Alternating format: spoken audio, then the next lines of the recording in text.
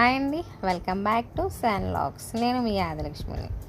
ఈరోజు స్పెషల్ వచ్చేసి అమ్మవారికి ఉపహారాలు పెట్టుకుంటాం అనమాట. ముందు రోజే మొత్తం ఇల్లు వాకిలి అంతా శుభ్రం చేసేసుకొని ముగ్గులు పెట్టేసుకొని గ్యాస్ పొయ్యి అంతా నీట్గా కడిగేసుకొని పసుపు కుంకుమ బొట్లు పెట్టేసుకొని మనం చలికాల రైన్ ఊరుకుంటాం కదండి, దాన్ని కూడా నీట్గా కడిగేసుకొని పసుపు కుంకుమ పెట్టుకొని పక్కన పెట్టేసుకొని మనం అమ్మవారికి ముందు రోజు నైటే సద్దోపరం ఇస్తాం అనమాట. అందుకని అట్టెసర అన్నం వండాలన్నమాట. ఒక గ్లాస్కి 2 గ్లాసులు బియ్యం అట్టెసర వండేసి ఇంకా అలా పక్కకు పెట్టేసుకోవాలి. కడిగేసుకొని దానికి కూడా ఆ గిన్నెకి కూడా పసుపు కుంకుమ పెట్టుకొని మనం ఒకసారి పెట్టామంటే ఇంకా కదపకుండా సిమ్లో అలా పెడితే రైస్ అలా అయిపోతుంది. అది అలా పక్కన పెట్టేసుకొని మార్నింగ్ గుడికి వెళ్ళేటప్పుడు అలా ఆ గిన్నెతో తీసుకొని వెళ్ళిపోవటం అనమాట. ఇదంతా ముందు రోజు ప్రిపరేషన్ అండి. ముందు రోజు నైట్ తలస్నానం చేసి ఇలా శుభ్రంగా ఉండి చేయాలన్నమాట. రైస్ అలా ఉడుకుతూ ఉంటుంది, చూస్తూ ఉంది. అమావాస్య రోజు నూకాల తల్లికి ఉపహారం ఇచ్చుకుంటాం అన్నమాట. ముందు రోజు వండిందేమో గంగానమ్మ తల్లికి సద్దోపహారం, అంటే ముందు గ్రామదేవికి సద్దోపహారం ఇచ్చేసి అమావాస్య రోజు నూకాల తల్లికి ఇంట్లో వేడాపారం ఇచ్చుకుంటాం అనమాట. మార్నింగ్ 5:30కే లేసాము. గబగబా అంట్లు అయి తోమేసుకొని మళ్ళీ ఒక పక్క టీ పెట్టుకొని తాగేసి గబగబా రెడీ అయ్యి 6-6:30 కల్లా గుడికి వెళ్ళటం కోసం రెడీ అవుతున్నాం అనమాట. ఆల్రెడీ మనం నైట్ వండుకున్న అన్నం పక్కన ఉంది కాబట్టి అది అలాగా మనం తీసుకెళ్ళి కవర్లో పెట్టేసుకున్నాం. మా పాపకి ఎగ్జామ్ ఉంది కాబట్టి చదువుకుంటుంది. లేచి చదువుకోమని చెప్తే ఫోన్ చూసుకుంటుంది. ఆ టైంలో వాళ్ళ ఫ్రెండ్స్ లేచి అది పెట్టు ఇది పెట్టు అంటున్నారని మాట్లాడుకుంటుంది. నేను చూసారా కవర్లో అన్నీ సర్దిసుకున్నా. తల్లికి పసుపు కుంకుమ, కొబ్బరికాయలు, అరటిపళ్ళు, వత్తులు, ముద్దార్త కర్పూరం, సాంబ్రాణి, 3 కొబ్బరికాయలు కొడతాం గంగానమ్మ తల్లికి, మహాలక్ష్మమ్మ తల్లికి, పోతురాజు బాబుకి. ఎప్పుడు గుడికి వెళ్ళినా సరే 3 కొబ్బరికాయలు అలా తీసుకెళ్తే 3 గుళ్ళ దగ్గర కొట్టేయాలన్నమాట. పువ్వులు అరటిపళ్ళు అన్నీ ఒక్క దగ్గరే కవర్లో పెట్టేసుకొని అలాగే తీసుకెళ్ళిపోవాలి. అక్కడ వాటర్ కూడా వేస్తాము. గుడి చుట్టూ తిరిగి వారలా పోస్తాం అనమాట. అన్ఎక్స్పెక్టెడ్గా మా అత్తగారు కూడా గుళ్ళోనే ఉన్నారు. అక్కడికి వచ్చాక కలుసుకున్నాం అనమాట. ఇప్పుడు గుడికి వచ్చామండి. మా తూర్పు వీధి గంగానమ్మ గుడి అంటే ప్రశాంతంగా మనశ్శాంతిగా ఉంటుంది అన్నమాట.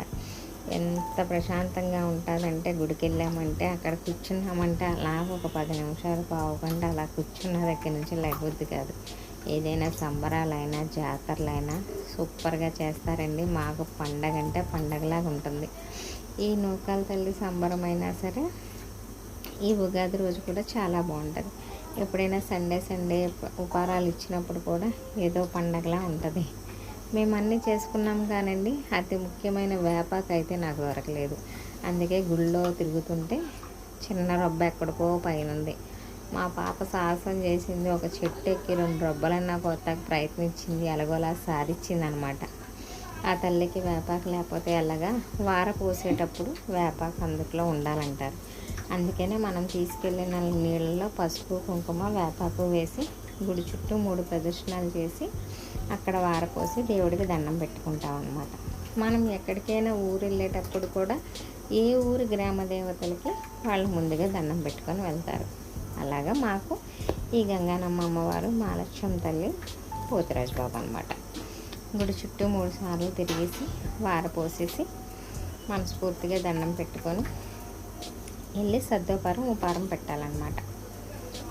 ఈరోజు కొంచెం ఖాళీగానే ఉందండి గుడి. మనశ్శాంతిగా అమ్మవారికి నైవేద్యం పెట్టుకున్నాను. చూసారా గంగానమ్మ తల్లి. ఉపారం వండుకున్నాం కదండి, అవన్నీ తల్లికి ఎదురుగా ఒక పెద్ద టేబుల్ వేస్తారు.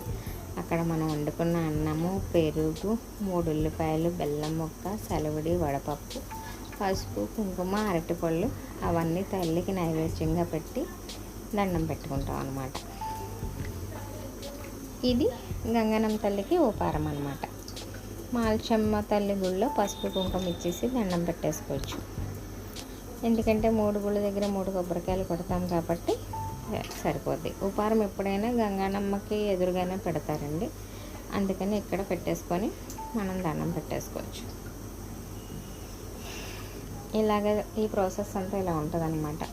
అక్కడే ప్రిందులు అయి ఉంటాయి కాబట్టి మనం అక్కడనే కొంచెం నీట్గా చేసేసుకొని, మనం ఎలాగో ఇంటి దగ్గర నుంచి దీపారాధన చేయటానికి నూనె ఒత్తులు అన్నీ తీసుకెళ్తాం కాబట్టి దీపం అక్కడ వెలిగించుకొని దండం పెట్టుకోవటం.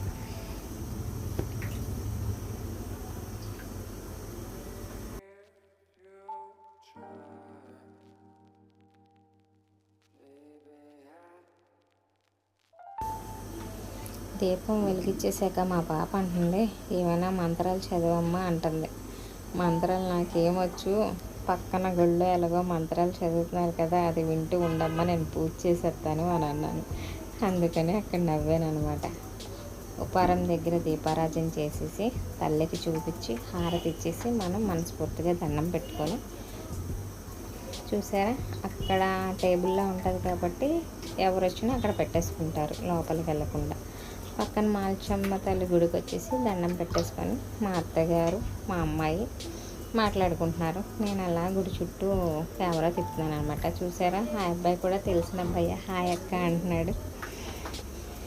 తమ్ముడు అవుతాడులేండి. ఇది పోతురాజు బాబు గుడి అన్నమాట. ఇక్కడ కూడా దీపం పెట్టేసుకుందాం. దీపం పెట్టేసుకొని దండం పెట్టేసుకుందాం.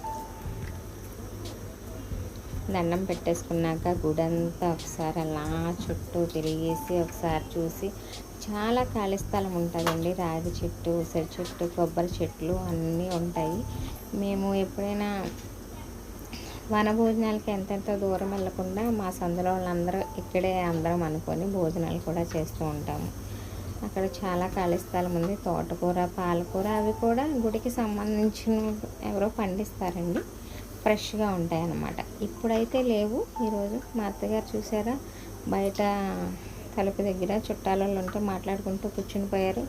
నేను అలా పూజ చేసుకుంటూ ఉన్నాను. అయిపోయింది. ఇంటికి వచ్చేసాక సదా మామూలే, తప్పదు కదండి మనకు వంట చేసుకోవటం. గబగబా ఉల్లిపాయలు కోసేసాను. ఉల్లిపాయ ఎగురు పాలేసి ఎగురు పెడదామని చేసా. ఈ కూర అయితే తింటారండి. ఒక పక్క అన్నం పెట్టేసి ఒక పక్క ఉల్లిపాయలు కట్ చేసేసుకొని వేసాను. అందులో కొంచెం ఉప్పు వేస్తే మగ్గుతూ ఉంటుంది. బాగా మగ్గుతూ ఉండాలండి, ఎందుకంటే ఉల్లిపాయ ఎగురు కాబట్టి మగ్గుతూ ఉండాలి. ఓన్లీ ఆనియన్స్, 2 పచ్చిమిరకాయలు ఉంటే చాలు. మళ్ళీ టమాటాలు అయితే కూర పులుపు వచ్చేది. ఓ పక్క ఇంట్లో ఉపారం పెట్టాలి కాబట్టి రైస్ సరిపడంత పెట్టేశాను. దేవుడికి ఇంట్లోకి సరిపడా పెట్టేశాను. ఉప్పు వేసేసి మూత పెట్టేద్దాం కర్రీని, అది మగ్గుతూ ఉంటుంది. ఇంట్లో ఉపారానికి అయితే పెసరపప్పు కొంచెం నానబెట్టుకొని పక్కన పెట్టుకున్నాము. బెల్లం అట్ల కోసం మైదా పిండిని బెల్లం తురుము పక్కన పెట్టుకున్నాము. అవి కూడా అట్లా వేసుకోవాలి. చూసారా ఉల్లిపాయలు మగ్గినాయండి, ఈ బ్రౌన్ కలర్లో రావాలి. ఒక పక్క పెసరపప్పు ఉడికిపోతుంది. ఇది చెప్పాను కదండి మైదా పిండి అట్ల కోసం. చాలామంది పొంగడాలు వేస్తారు కానీ మనం అంత ప్రాసెస్ చేయలేము కాబట్టి, అవి నాకు వస్తాయో రావో తెలియదు కాబట్టి ఎప్పుడు యథావిధిగా వేసేలాగే మైదా పిండి అట్లా వేసేసి దేవుడికి ఉపారం పెడదామని అన్నీ ప్రిపేర్ చేస్తున్నాను. ఇప్పుడు కొంచెం ఉప్పు వేసిందాక ఉల్లిపాయ ముక్కలు మగ్గ పెట్టుకున్నాం కాబట్టి కొంచెం ఒక 1/2 టీ స్పూన్ పసుపు కూడా వేసుకొని కలిపేసుకుందాం. ఉల్లిపాయ ఎవరికి బాగా గోల్డెన్ కలర్లో వచ్చే వరకు ఉల్లిపాయలు మగ్గితే బాగుంటాయి. పసుపు వేసుకున్నాక ఇంకాసేపు మూత పెట్టుకొని మగ్గించుకొని చూద్దాం దగ్గరికి అయినట్టే. అలా నూనె పైకి తేలుతూ ఉన్నట్టు కాబట్టి ఉల్లిపాయ బాగా మగ్గినట్టు. ఈ టైంలో కొంచెం కారం వేసేసుకుందాం.